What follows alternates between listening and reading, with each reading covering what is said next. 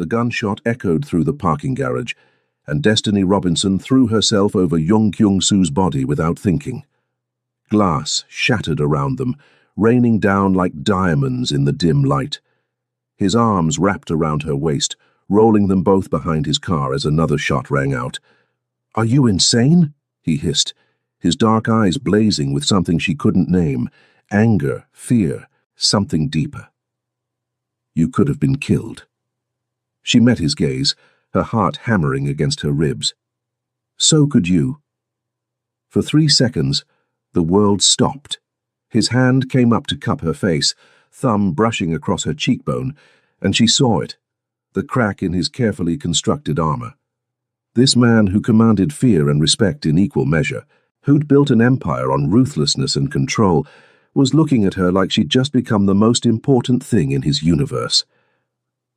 "Destiny," he breathed, and the way he said her name made her forget they were hiding from bullets. The fluorescent lights of Mama Chen's kitchen cast a warm glow over the worn linoleum floor, as Destiny Robinson balanced 3 plates on her left arm and 2 more in her right hand. Her natural hair was pulled back in a neat puff, small gold hoops catching the light as she moved with practiced efficiency through the cramped dining room. She'd been waitressing here for 2 years, ever since she'd moved to Chicago from Atlanta, with nothing but a suitcase and determination. "Order up, Destiny," Chen called from the kitchen, his accent thick but familiar now. "Coming." She delivered the plates to table 7 with a smile that reached her warm brown eyes, the kind of genuine warmth that made customers remember her. Tips were better when you actually cared, and she needed every dollar she could get. Her phone buzzed in her apron pocket. She ignored it. Probably her best friend Mariah again, still pushing that ridiculous blind date idea. 3 weeks of relentless pestering about how Destiny needed to get back out there after her ex had left her high and dry. The lunch rush finally ebbed around 2:30. Destiny leaned against the counter, rolling her shoulders to ease the familiar ache. Her black t-shirt and jeans weren't glamorous, but they were practical. Everything in her life was practical now. Had to be when you were working 2 jobs to afford a studio apartment in a city that cost more than you'd ever imagined. "You look tired, sweetie." Mrs. Chen emerged from the kitchen, her weathered face creased with concern. The elderly woman had become something of a surrogate grandmother to Destiny, always making sure she ate during her shifts. "I'm fine, Mrs. Chen. Just thinking." "About that date Mariah keeps mentioning?" Mrs. Chen's eyes twinkled. "Maybe you should go. When was the last time you did something just for you?" Destiny laughed, the sound a little hollow. "I don't have time for dating. Between here and my night shift at the hotel—" "You work too much. You're young, beautiful, smart." Mrs. Chen patted her hand. "Life is more than just surviving, honey." Before Destiny could respond, the bell above the door chimed. She glanced up reflexively and felt her breath catch. 4 men entered, and they commanded attention in a way that made everyone in the restaurant go quiet. They wore expensive suits that probably cost more than Destiny made in 3 months. But it was the man in the center who made her pulse skip, tall, with sharp features and jet-black hair styled perfectly. His dark eyes swept the room with the kind of assessment that said he missed nothing. Jung Kyung-soo. She didn't know his name yet, but she could feel his presence like a physical weight in the air. "Welcome, sit anywhere," Mrs. Chen called out, her usual cheerfulness slightly strained. The group moved to the corner booth, the one that gave a view of both the entrance and the kitchen. Strategic. Destiny had waitressed long enough to recognize people who thought about exits and sightlines. "Destiny, you take them," Mrs. Chen whispered. "Be careful, be polite."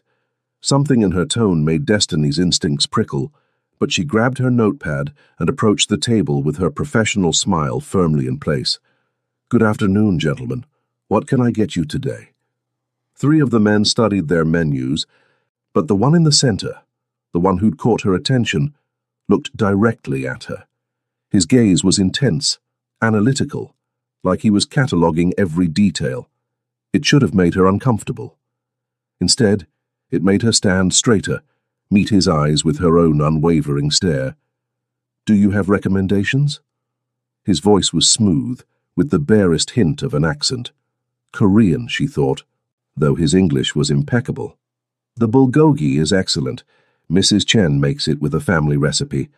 The kimchi jjigae is popular too, especially if you want something warming. You know Korean food. It wasn't a question. I know good food. I've worked here long enough to try everything on the menu. She kept her tone professional but friendly. Multiple times, something flickered in his expression, amusement maybe, or interest. We'll take 4 orders of the bulgogi and tea. Green tea or barley? Green. She wrote it down, acutely aware that he was still watching her. I'll have that right out for you. As she turned to leave, his voice stopped her. What's your name? She looked back over her shoulder. Destiny. Destiny. He repeated it like he was testing how it felt. Unusual name. My mother was optimistic. She flashed him a quick smile and headed to the kitchen, feeling his gaze follow her until she disappeared through the swinging door. Who are they? She asked Mrs. Chen quietly as she hung the order ticket. Mrs. Chen's expression tightened. Businessmen. Don't ask questions, Destiny. Just be polite and let them be. But Destiny had grown up in Atlanta, had seen enough to recognize danger when it walked through the door wearing expensive suits. These weren't businessmen, at least not the legal kind. She delivered their food with efficient courtesy, refilled their tea without being asked, and kept her distance. But every time she moved through the dining room, she felt his eyes tracking her, not in a predatory way, more like he was solving a puzzle. When they finally finished and stood to leave, the man, the leader, approached the register where Destiny was counting receipts. The meal was excellent. He placed several $100 bills on the counter. Keep the change. Destiny looked at the money, then at him. It was easily 3 times what their meal had cost. Sir, that's too much. Consider it an appreciation for good service. His dark eyes held hers, and good recommendations. He turned to leave, and Destiny found herself speaking before she could think better of it. You didn't try the kimchi jjigae? He paused, looking back. Perhaps next time. Will there be a next time? The corner of his mouth lifted, barely, but it transformed his face from intimidating to devastating. I think so. Yes. Then he was gone, the bell chiming cheerfully as the door closed behind him and his associates. Destiny stared at the money on the counter, her heart doing something complicated in her chest. That man is dangerous, Destiny, Mrs. Chen said softly. Whatever you're thinking, stop. I'm not thinking anything. But even as she said it, she knew it was a lie. Her phone buzzed again. This time she checked it. Mariah. The date is set. Saturday 7 p.m. Romano's. Don't even think about cancelling. His name is Kyung-soo. Successful. Handsome. My cousin swears he's perfect. You are going. Destiny stared at the message, then at the door where the mysterious man had disappeared. Kyung-soo. How many men in Chicago had that name? What are the odds? She whispered. Saturday evening arrived with the kind of humidity that made Chicago feel like Atlanta in August. Destiny stood in front of her tiny bathroom mirror, second-guessing everything about her outfit. The burgundy wrap dress had been a splurge from 6 months ago, bought for a job interview that never panned out. Now it was her only option that said nice restaurant, without screaming, trying too hard. Her natural hair was styled in twist-out curls that framed her face, and she'd applied just enough makeup to highlight her features, warm brown skin glowing with a touch of highlighter, dark eyes lined with precision, lips painted a deep wine that matched her dress. You look beautiful, she told her reflection, trying to convince herself. And this is probably not the same guy. Chicago is huge. Lots of Korean men named Kyung-soo. Her phone buzzed. Mariah. Car is outside. Don't chicken out. Love you. Destiny took a breath, grabbed her clutch, really just a small purse that passed for fancy, and headed downstairs. Romano's was exactly the kind of place she'd never been able to afford. Crystal chandeliers, white tablecloths, waiters in actual tuxedos. She felt out of place the moment she walked through the door, hyper-aware of every head that turned to look at her. "Reservation name?" the hostess asked with the kind of smile that was professional but not warm. "I'm meeting someone, Kyung-soo." The hostess's expression shifted, subtle, but Destiny caught it. Surprise, maybe a touch of nervousness. "Right this way, miss." They wound through the restaurant to a private section in the back. More exclusive, more expensive. Destiny's stomach knotted with each step. Then she saw him. Jung Kyung-soo sat at a table near the window, his profile sharp against the Chicago skyline behind him. He wore a black suit with a white shirt open at the collar, and he looked both out of place and perfectly at home in the opulent surroundings. Like he owned it, but didn't care about it. He looked up as she approached, and his expression went through a fascinating transformation. Surprise, recognition, and something she couldn't quite name. Destiny Robinson. He stood, and she realized again how tall he was, how his presence seemed to fill the space. "This is unexpected. You knew my last name." It wasn't an accusation, just an observation. "I make it a point to know things." He gestured to the chair across from him. "Please." She sat hyper-aware of his gaze tracking her every movement. "So you're the mystery man Mariah's been harassing me about.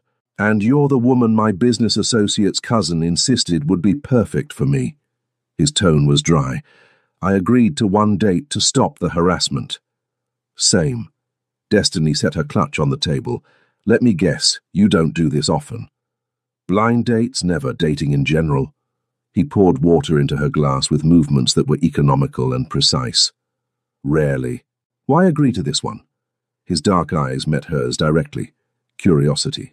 About whether the woman who faced down 4 strangers in a restaurant with nothing but confidence and good service would be interesting off the clock. Heat crept up her neck, but she refused to look away. "And, am I?" "Very." He leaned back slightly, studying her. "You recognized what we were, in the restaurant.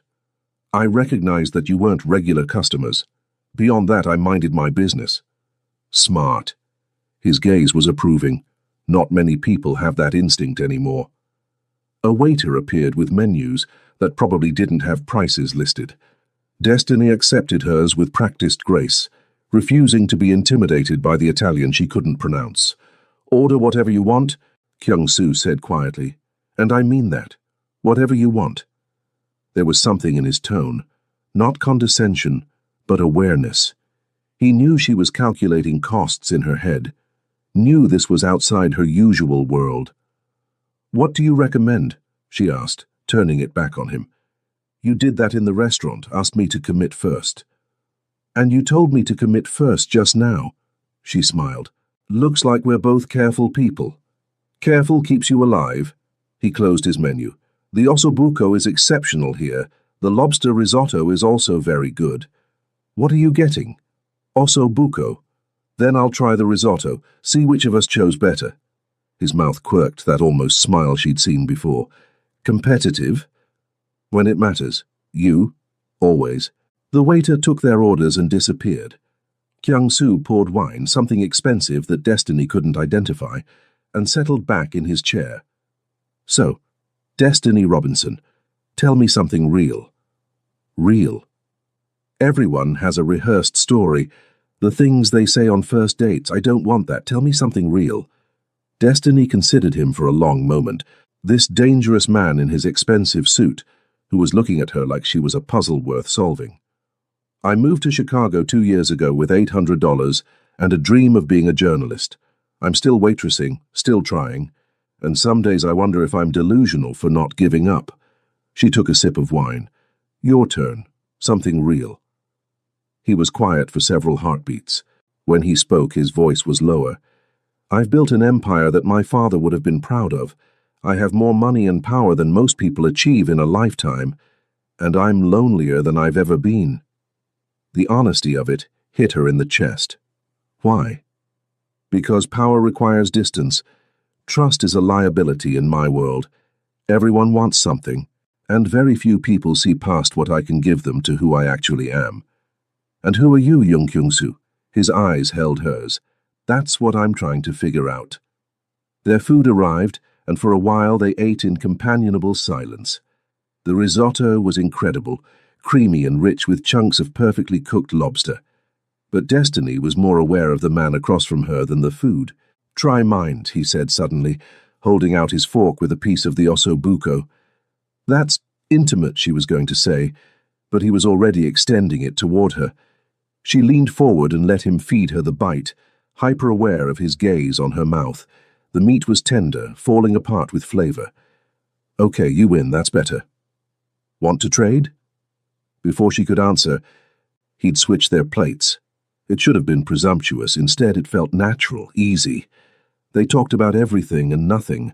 Her love of writing, his complicated relationship with his father's legacy, her family in Atlanta, his careful distance from Korean community expectations. He asked questions that showed he was actually listening, and she found herself opening up more than she'd intended. "Why waitressing?" he asked.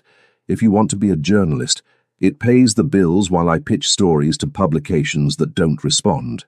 I have a blog, Chronicles of the City, where I write about Chicago's hidden communities, the people and places that usually get overlooked. I'd like to read it." "Really?" "I meant what I said." "You're interesting, Destiny Robinson." He set down his wineglass. "And interesting people are rare in my world." "What world is that exactly?" His expression shifted, became more guarded. "Import and export, various business ventures, some more legal than others." "Why tell me that?" "Because you'll find out anyway if you look, and I'd rather you hear it from me." He met her gaze steadily. "I'm not a good man by most standards. I've done things that would horrify you, but I'm honest about who I am." Destiny should have been frightened, should have made an excuse and left. Instead, she found herself respecting his candor. "I appreciate the honesty. Will you run?" "Should I?" "Probably." His eyes were dark, intense. "But I hope you don't." Her heart did something complicated in her chest. "I'm not fragile, Kyung-soo. I grew up in neighborhoods where survival meant being smart, not sheltered. I've seen enough to know that people are rarely simple." "No, you're not fragile." His voice dropped lower. "You're extraordinary." The word hung between them, heavy with meaning.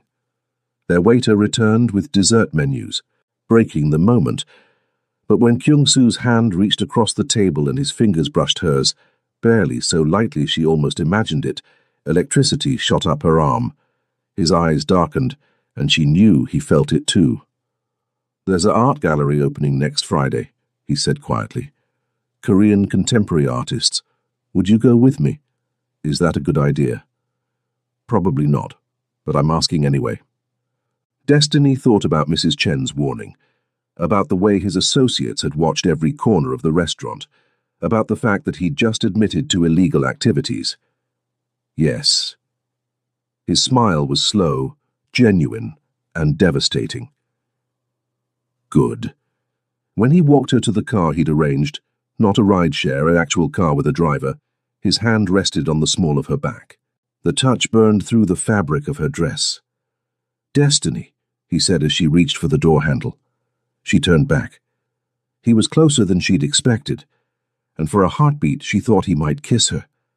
Instead, his hand came up to tuck a curl behind her ear, his fingers lingering against her jaw. "This is dangerous," he said softly. "For both of us." "I know, but I don't think I can stay away from you. I'm not asking you to." His thumb brushed across her bottom lip, and heat pooled in her stomach. "Next Friday, 7 o'clock. I'll pick you up." "Okay." He stepped back, and the loss of his proximity felt physical. She got into the car, and as it pulled away she watched him through the rear window, standing under the streetlight, hands in his pockets, watching her go. Her phone buzzed. "Mariah, how did it go?" Destiny stared at the message, then at the city lights blurring past. "I think I'm in trouble," she whispered to no one. The week between dates crawled by like trapped honey. Destiny threw herself into work, double shifts at Mama Chen's, late nights at the hotel cleaning conference rooms, but her mind kept drifting to dark eyes and almost smiles. Wednesday afternoon, A delivery arrived at the restaurant during her shift. "Destiny, package for you," Chen called from the front. She emerged from the kitchen to find an elegant white box on the counter, her name written in precise calligraphy on the card. "Who's it from?" "Mrs." Chen asked, hovering with curiosity and concern. Destiny opened the card with hands that weren't quite steady. "For Friday, though you'd look beautiful in anything." K. Inside the box, wrapped in tissue paper, was a dress. Not just any dress, a silk creation in deep emerald that probably cost more than her monthly rent. The fabric was butter soft, the cut elegant but not ostentatious. "Destiny," Mrs. Chen said carefully. "That man from last week, the one at the corner table. You're seeing him, aren't you?" Just one more date. Even as she said it, she knew it was a lie. "Be careful, honey. Men like that, they live in a different world, and that world has sharp edges." "I know what I'm doing." Mrs. Chen looked at her with eyes that had seen too much. "That's what everyone thinks, right up until they don't." Destiny took the box home and tried on the dress in her cramped bathroom. It fit perfectly, which meant he'd noticed her size, memorized it somehow. The thought should have been intrusive. Instead, it made her feel seen in a way she hadn't experienced before. Friday arrived with unseasonable warmth. Destiny spent the afternoon preparing, twisting her hair into an elegant updo that showed off her neck and shoulders, applying makeup with a steady hand even though her pulse was racing. The dress transformed her. She stared at herself in the mirror and barely recognized the sophisticated woman looking back. But underneath the silk and polish, she was still Destiny Robinson from Atlanta, who'd learned early that survival meant being smart and observation meant staying alive. At 6:58, her phone buzzed. "Kyung-soo, I'm downstairs." She grabbed her clutch, new, purchased specifically because her old one didn't match, and headed down. The Lincoln Town car at the curb had tinted windows and a driver who opened the back door with professional courtesy. Kyung-soo waited inside, and the sight of him stole her breath. He wore a charcoal suit with a black shirt, no tie, and the casual elegance of it made him look both dangerous and magnetic. But it was his expression when he saw her that made her stomach flutter, raw appreciation that he didn't try to hide. "You're devastating in that dress," he said quietly. "Thank you for sending it. Though you didn't have to, I wanted to." His hand found hers in the space between them, fingers interlacing. "And I wanted to see you in something that matches how I see you." "How do you see me?" "Like you belong in rooms where people have forgotten how to be real." His thumb traced circles on her palm. "You remind me that there's still authenticity in the world." The gallery was in the Gold Coast, all glass and modern architecture.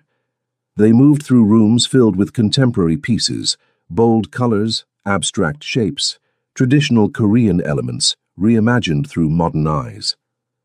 Kyung-soo's hand never left the small of her back as they walked, a possessive touch that sent heat through her body. He explained pieces when she asked, his knowledge revealing an appreciation for art she hadn't expected. "You really like this stuff," she observed, as they stood before a massive canvas of fractured light. "My mother was an artist, before she married my father, and that life became impossible." Something flickered across his face. "She used to take me to galleries in Seoul when I was young, taught me to see beyond the obvious. What happened to her? Cancer, when I was 17. His jaw tightened. "My father buried his grief in work and expectations. I buried mine in rebellion. We never recovered from her loss." Destiny's hand found his arm, squeezing gently. "I'm sorry." He looked down at her, and the vulnerability in his eyes made her chest ache. "You're the first person I've told that story to in years. Why me?" "Because you don't want anything from me except truth, and that's more valuable than anything money can buy." They wandered deeper into the gallery, away from the crowds. In a smaller room featuring traditional Korean landscapes reimagined with urban elements, they found themselves alone. "My mother would have loved these," Kyung-soo said softly, studying a piece that showed mountains emerging from city streets. "Tell me about her." So he did. Standing in that quiet room, he talked about a woman who'd brought light into a dark world, who'd taught him to see beauty even in ugly places, who'd made him promise to never lose his humanity no matter what path he chose. "I'm not sure I've kept that promise," he admitted. "You're here, aren't you? Sharing her memory with someone who understands what it means to carry legacy and loss."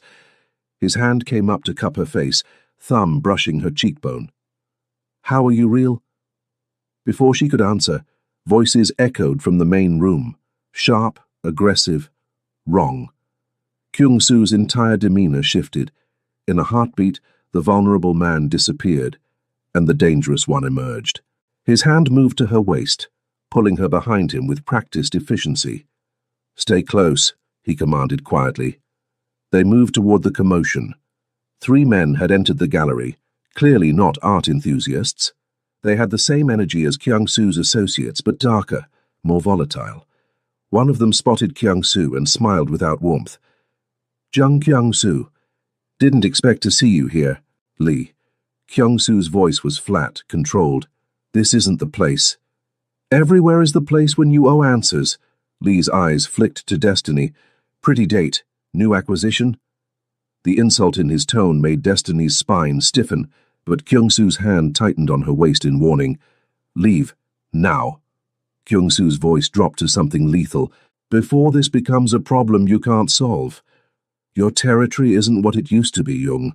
People are talking, saying you're getting soft." Lee stepped closer. Maybe they're right. The tension in the room was suffocating.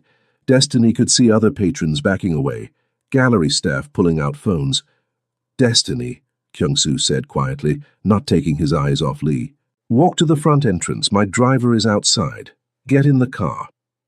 "I'm not leaving you. Now." The command in his voice was absolute. But before anyone could move, Lee's hand went to his jacket, the universal signal that Destiny recognized from too many neighborhoods back home. He had a gun. "Everyone stay calm," Lee said, though his smile suggested he wanted anything but calm. "Jung and I just need to have a conversation."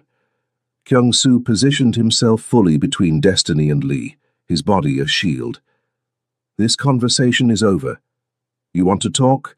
We talk through proper channels, not in public, not with civilians present." "Maybe I'm tired of channels." The next 10 seconds happened in fragments. Lee's hand moved. Someone screamed. Kyung-soo pushed Destiny toward a side hallway with enough force that she stumbled. "Run!" he commanded. But she looked back in time to see Lee raise the gun. Destiny didn't think, didn't calculate. She just moved, launching herself back toward Kyung-soo as the gallery erupted in chaos. The gunshot was deafening in the enclosed space. Glass shattered, people scattered, strong arms wrapped around her, and suddenly she was airborne. Kyung-soo had grabbed her and was running, carrying her through the side exit like she weighed nothing. They burst into an alley. His car screeched to a stop at the mouth of it, doors already open. He shoved her inside and followed, barking orders to the driver in rapid Korean. The car peeled out as another gunshot cracked behind them. "Get down!" Kyung-soo pushed her head below the window line, his body covering hers as the back window spider-webbed with impact. They took corners at speeds that defied physics. Destiny's heart hammered so hard she thought it might burst from her chest. Kyung-soo's weight was solid above her, protective, and she could feel his heart racing just as fast. Finally, the driver spoke in Korean. Kyung-soo responded, then slowly lifted off her. "Are you hurt?" His hands ran over her arms, her face checking for injuries with frantic precision. "I'm fine. Are you—" "What the hell were you thinking?" His voice was raw, almost angry. "I told you to run. He had a gun pointed at you. I can handle men with guns. I can't—" He cut himself off, jaw clenching. "You could have been killed." "So could you." She grabbed his face, forcing him to meet her eyes. "So could you, Kyung-soo." Something broke in his expression. His forehead dropped to hers, and they breathed the same air in the back of that speeding car. "You're insane," he whispered. "Probably. You should run from me as far and fast as possible." "I know." His hand slid into her hair, tilting her face up. "Destiny. Don't." She pressed her fingers to his lips. Don't tell me this was a mistake. Don't tell me to go, because I'm not going anywhere. This is my world. Bullets and blood and you, she finished. This is your world, and you're in it. And I just watched someone try to kill you and realize something. What? That I'm already in too deep to walk away. His eyes searched hers, dark and intense and full of things neither of them were ready to name. You're going to destroy me, he said softly, or save you. He kissed her. It wasn't gentle or tentative. It was desperate and claiming and full of everything they'd been holding back. His hand fisted in her hair, angling her head, and she opened for him with a sound that was half surprise, half surrender. He tasted like danger and desire, and Destiny kissed him back with everything she had, all the fear and adrenaline and want transforming into something that felt inevitable. When they finally broke apart, both breathing hard, his thumb traced her swollen bottom lip. This changes everything, he said. I know. There's no going back now. I don't want to go back. His smile was fierce, possessive, and absolutely devastating. Good, because you're mine now, Destiny Robinson, and I protect what's mine. The declaration should have scared her. Instead, it felt like coming home. Kyung-soo's penthouse apartment occupied the entire top floor of a building overlooking Lake Michigan. Floor-to-ceiling windows offered panoramic views of the city lights reflecting off dark water, and the interior was all clean lines and expensive minimalism. Destiny stood in the living room, still shaking with adrenaline, while Kyung-soo spoke rapid Korean into his phone. His voice was clipped, authoritative, the voice of a man who commanded empires and expected obedience. He finally hung up and crossed to her, hands immediately moving to check her over again. We need to talk about what happened. Lee. Who is he? Head of a rival organization. We've had an uneasy truce for 2 years, but recently there's been pressure on territories. His jaw clenched. I didn't think he'd be reckless enough to make a move in public. This is about business, territory. It's about power, control, the same things it's always about. He poured whiskey into 2 glasses, handed her one. But you don't need to worry about... Don't! She set the glass down with enough force that it clicked against the marble counter. Don't you dare tell me not to worry. Someone just shot at you, at us. I think I've earned the right to worry. This isn't your fight, Destiny. The hell it isn't. You made it my fight when you kissed me in that car, when you said I was yours. She moved closer, poking his chest with one finger. You don't get to claim me and then shut me out when things get dangerous. I'm trying to protect you. I don't need protection from information. I need to know what I'm dealing with, what we're dealing with. She took a breath, steadying herself. So talk to me, really talk to me. No more half-truths. He stared at her for a long moment, then laughed, a sound without humor. You're fearless. I'm terrified, but I'm not running. You should be running. Too late, so talk. He did. Sitting in that expensive penthouse overlooking the city, Jung Kyung-soo told her everything. About his father's empire, built on loyalty and fear. About inheriting leadership at 23 when his father was killed by rivals. About the years of consolidating power, making allies, eliminating threats. About the code he lived by, honor among criminals, protection for those who served him, swift punishment for betrayal. I've killed people, Destiny. Not with my own hands, not always. But I've given orders that ended lives. I've hurt people who got in my way. I've built something impressive on a foundation of violence. His dark eyes held hers. Does that terrify you? Yes, she said honestly. But it doesn't make me want to leave. Why not? Because I've seen how you look at art your mother loved. How you treated me like I mattered when I was just a waitress serving you lunch. How you threw yourself between me and danger without hesitation. She moved to stand between his knees where he sat on the couch. You're not a good man by conventional standards, but you're not simply bad either, you're complicated. And so is the world. His hands came up to rest on her hips. You should hate me. I should do a lot of things. Her fingers traced his jaw. But hating you isn't one of them. He pulled her down onto his lap, and she went willingly, straddling him in the emerald dress that had survived bullets and car chases. His hand slid up her spine, and she shivered. "This is the last chance," he said against her throat. "Walk away now, and I'll make sure you're safe, protected. I'll stay out of your life." "No, Destiny." She kissed him, cutting off whatever argument he was building.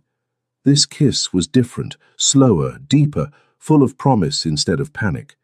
His hands mapped her body through silk, and she pressed closer, feeling his response. "Stay tonight," he murmured against her lips. "Let me keep you safe." "Okay." He carried her to his bedroom, unnecessarily. But she didn't protest. The room was enormous, dominated by a bed with dark sheets and more windows showcasing the city. He set her down gently, and for a moment they just looked at each other. "I want you," he said simply, "but we don't have to. I want you too." She reached for the tie on her wrap dress. "And I'm not fragile." His eyes darkened as she unwrapped the silk, letting it pool at her feet. She stood before him in nothing but black lace, and the way he looked at her made her feel powerful and desired, and absolutely certain. "You're perfect," he breathed. "Show me." He did. With hands and mouth and words in 2 languages, he showed her exactly how he felt. And when they finally came together, it was intense and overwhelming, and felt like every risk had been worth it. Afterward, they lay tangled in his sheets, her head on his chest, his fingers tracing patterns on her shoulder. "My father would have hated you," he said quietly. "Thanks." "No. I mean, he would have hated that I chose you, that I'm with someone who makes me question everything he taught me about power and control, and keeping emotions separate from business." His arms tightened around her. "But my mother would have loved you. She would have said you're exactly what I needed." "What do you need?" "Someone who sees me. Not my money or power or the empire I built, just me. I see you." She pressed a kiss to his chest. "All of you, even the parts you think are unlovable." Destiny. Her name was a prayer on his lips. "I don't know how to do this. Relationships. Vulnerability. I've spent so long being untouchable." "Then we'll figure it out together." They fell asleep like that, wrapped around each other, 2 people from different worlds trying to build something new. Destiny woke to sunlight streaming through floor-to-ceiling windows and the smell of coffee. She stretched, sore in the best way, and found one of Kyung-soo's shirts to wear. It fell to mid-thigh, and she padded barefoot into the kitchen. He stood at the stove making eggs, wearing pajama pants and nothing else. The sight of his bare back, marked with a tattoo she hadn't noticed last night, a tiger and dragon intertwined, made her pause. "That's new," she said. He glanced over his shoulder. "Family crest. My father's generation had them. I got mine after he died. A reminder of where I come from." She moved closer, tracing the design. "It's beautiful. Not as beautiful as you in my shirt." He caught her hand, pulling her against him. "How do you feel?" "Good. Really good." She kissed his shoulder. "You?" "Terrified," he admitted. "But in a good way. I've never had something to lose before. Not really. Now I have you, and the thought of something happening." His phone rang, cutting him off. He glanced at the screen and his expression hardened. "I need to take this." He kissed her forehead. "Eat. I'll be right back." But when he returned 15 minutes later, his face was carved from stone. "What's wrong?" "Lee made another move, hit one of my warehouses last night, killed 2 of my men." Destiny's stomach dropped. "I'm sorry. This is war now. Open war, and I can't—" He stopped, jaw working. "I can't have you in the crossfire." "What does that mean?" "It means you need to stay away from me until this is resolved." "No," she stood. "Absolutely not. Destiny, this isn't negotiable. Lee knows about you now. He saw us together. You're a target. Then protect me, but don't push me away. I am protecting you by keeping you away from what? From you, from your life?" Her voice rose. You told me I was yours. You said there was no going back. Was that a lie? Of course not. But I can't focus on this war if I'm terrified something will happen to you. I can't make the decisions I need to make if half my attention is on keeping you safe. Then teach me. Tell me the rules. Let me help instead of treating me like a liability. You don't understand what you're asking. Then explain it to me. She grabbed his arm. Don't shut me out, not now, not after last night. He pulled away, running hands through his hair in frustration. Last night was a mistake. The words hit like a physical blow. You don't mean that. I should never have gotten you involved in my world. I was selfish. I wanted you, and I didn't think about the consequences. His voice was flat, emotionless. This ends now, before someone really gets hurt. You're scared. She moved closer. You're scared because you care, and caring makes you vulnerable. But running from this won't protect either of us. You need to leave, Destiny. Kyung-soo. Now, please. He turned away, presenting his back. My driver will take you home. Consider our arrangement over. Pride warred with heartbreak in her chest. She wanted to fight, to scream, to make him see reason. But the rigid line of his shoulders told her he'd made his decision. Fine. She grabbed her dress from where it had been draped over a chair. But you're a coward, young Kyung-soo. You survived bullets and built an empire, but you're terrified of actual intimacy, of being vulnerable with someone who sees through your armor. She dressed quickly, anger fueling her movements. At the door, she paused. When you realize you're wrong, and you will, I might not be waiting. She left before he could respond, before the tears threatening could fall, before her resolve could weaken. In the elevator, descending from his penthouse fortress, Destiny let one tear escape. Then she straightened her spine, dried her eyes, and prepared to face a world that suddenly felt much colder than it had 12 hours ago. 3 days passed in a blur of work and sleepless nights. Destiny threw herself into double shifts, writing until her eyes burned, anything to avoid thinking about dark eyes and gentle hands. Her phone stayed silent. No calls from Kyung-soo, no texts, nothing. Mariah noticed immediately. You want to talk about it? There's nothing to talk about. Destiny poured coffee with mechanical precision. It was 2 dates, that's all. Destiny, I'm fine, really. The lie tasted bitter. Wednesday afternoon, Mrs. Chen called her into the kitchen with an expression of deep concern. Honey, there are men outside. They've been there for an hour, just watching. Destiny's blood ran cold. She moved to the window and spotted them immediately. 2 men in dark suits, leaning against a car, clearly surveillance. Call the police, she told Mrs. Chen. Are you sure? Maybe they're just... Call them. Now. She was dialing when her phone rang. Unknown number. Hello? Destiny Robinson. The voice was unfamiliar, smooth. You don't know me, but I know you. I know you're at work. I know you walk home at 11. I know you live alone in a studio apartment with a broken lock on the back window. Her hand tightened on the phone. Who is this? Someone who has questions about Jung Kyung-soo, about his operations, his weaknesses. A pause. About you. I don't know anything. Maybe. Maybe not. But you're going to meet me tonight. 10 o'clock. The parking lot behind your building. Come alone. Or your friend Mariah, who leaves her night class at 9:30 and walks 3 blocks to her car, might have an unfortunate accident. The line went dead.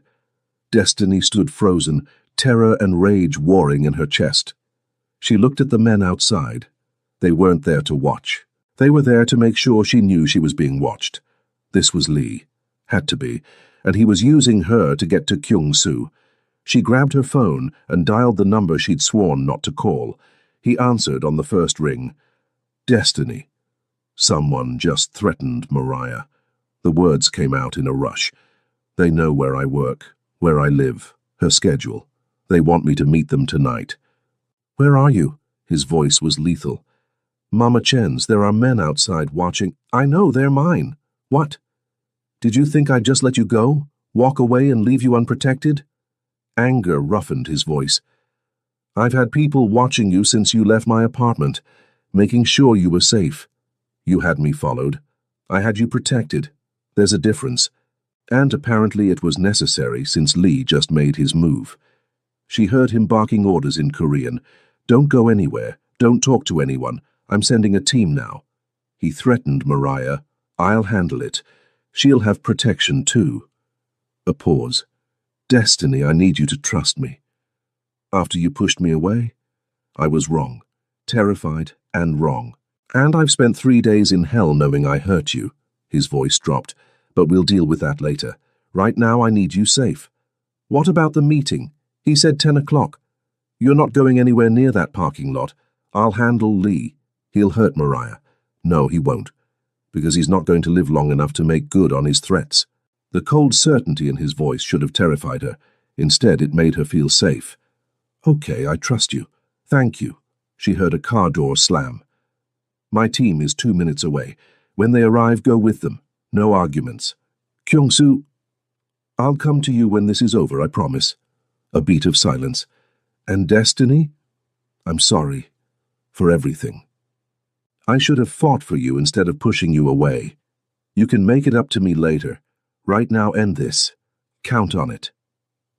The next hours were surreal. 4 men in suits appeared at the restaurant, Kyung-soo's people, and escorted her to a car. They took her to a safe house, a nondescript apartment with armed guards and no cell service. Waiting was torture. Destiny paced, imagined every worst-case scenario, and prayed to a god she'd been neglecting that everyone made it out alive. At midnight, the door opened. Kyung-soo stood there, suit jacket gone, white shirt torn and blood-stained, a cut above his eyebrow that had been hastily bandaged, but he was alive. "It's over," he said. "Lee and his lieutenants are dead. His organization is scattered. Mariah is safe. I have people with her now explaining everything. Your friend Mrs. Chen has security posted at the restaurant." He swayed slightly. "You're safe." Then his knees buckled. "Kyung-soo!" Destiny caught him, helped him to the couch. "You're hurt. Just a graze, looks worse than it is." But his face was pale, jaw tight with pain. "Let me see." He tried to wave her off, but she was already unbuttoning his shirt.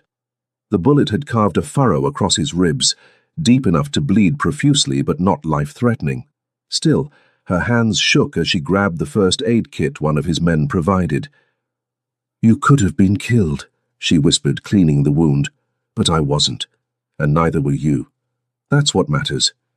She taped the bandage in place, then just sat there staring at this infuriating man who'd pushed her away to protect her, and then gone to war when she was threatened. "I hate you," she said. "No, you don't." "You're right, I don't." She cupped his face, careful of his injuries. "But you hurt me, when you pushed me away. I know, I'm sorry." His hand covered hers. "I've spent my whole life being untouchable, not letting anyone close enough to matter. And then you showed up in that restaurant with your strength and your smile and your absolute refusal to be intimidated by me. And I fell." "Fell?" Hard and fast and completely. His dark eyes held hers. "I love you, Destiny Robinson. I didn't plan it, didn't want it. But I love you with everything I have. And that terrified me more than bullets ever could." Her breath caught. "Say that again. I love you. You're mine and I'm yours, and I don't care how complicated that makes everything." His thumb brushed her cheek. "I told Lee that before I killed him. Told him that nobody touches what's mine and lives. That's the most romantic and terrifying thing anyone's ever said to me. Is it working?" She kissed him, gentle because of his injuries, but no less intense. "I love you too. You impossible, dangerous, infuriating man. I love you." His smile was blinding. "Stay with me, not just tonight. Stay with me. Move into the penthouse. Let me take care of you while you chase your dreams. Let me be part of your life the way you're part of mine. I can't just move into your penthouse. I have a job, responsibilities. Keep them. Work at Chen's if you want. Write your stories. Chase every dream." He pulled her closer. But come home to me at the end of the day. Let me be your safe place while you're mine. This is crazy. We barely know each other. I know enough. I know you're brave and brilliant and stubborn. I know you see past the monster everyone else sees to the man underneath. I know that I've never felt for anyone what I feel for you." His forehead touched hers. "Marry me." "What?" "Marry me. Not today. Not this week. But soon. Let me make you mine in every way possible. You're delirious from blood loss. I'm clear-headed for the first time in my life." He kissed her softly. "Marry me. Destiny. Build a life with me. Show me what real love looks like." She should have said it was too soon, too fast, too complicated. Should have listed all the practical reasons this was insane. Instead, she heard herself say, "Yes." His kiss was claiming, possessive, full of promise. "Mine." "Yours," she agreed, "but that means you're mine too." "Always have been. Since the moment you looked me in the eye in that restaurant and treated me like a person instead of a monster." He shifted, wincing. "Stay with me tonight? Just hold me." "I'm not going anywhere." They moved to the bed in the safe house, and she held him while he finally let his guard down completely. This powerful man who'd built an empire and commanded fear, vulnerable and human in her arms. "I promise to be worthy of you," he murmured against her hair. "Every single day." "You already are." "I'll make you happy, Destiny. I swear it." "I know." She kissed his temple. "Now sleep. We'll figure out the rest tomorrow." And surrounded by guards and danger and the consequences of his world, Jung Kyung-soo fell asleep with the woman he loved in his arms, finally understanding what his mother had meant about finding someone worth everything. Years later, standing in that same penthouse overlooking the lake, Destiny watched the sunset paint the sky in shades of gold and crimson. The ring on her finger caught the light, simple but perfect, just like the man who'd given it to her. Behind her she heard his footsteps. Still, after all this time, her heart skipped when he entered a room. "Working?" Kyung-soo's arms wrapped around her waist, chin resting on her shoulder. "Just finished a piece." She leaned back against him. "About Korean-American fusion cuisine and the restaurants bringing communities together. Mrs. Chen will love it. She better. I'm featuring Mama Chen's kitchen prominently." Destiny turned in his arms. "How was the meeting?" "Productive. The legitimate businesses are thriving. The other operations," he shrugged. "I'm getting out. Slowly, carefully, but I'm building something different. Something our children won't have to apologize for." "Our children?" His smile was slow, devastating. "Too soon? Considering we've been married for 3 years? No. I think it's perfect timing." He kissed her slowly, thoroughly, the way he still did every single day, like she was precious and necessary, and entirely his. "I love you," he murmured. "My salvation. My destiny." "That's the corniest thing you've ever said." "But you love it." "I love you." She cupped his face. "All of you, even the corny parts." They stood together as night fell over Chicago. Two people from different worlds who'd built something extraordinary together. The journey had been complicated and dangerous, and absolutely worth it. Because some things, some people, were worth fighting for, and they'd both found exactly what they'd been missing in each other.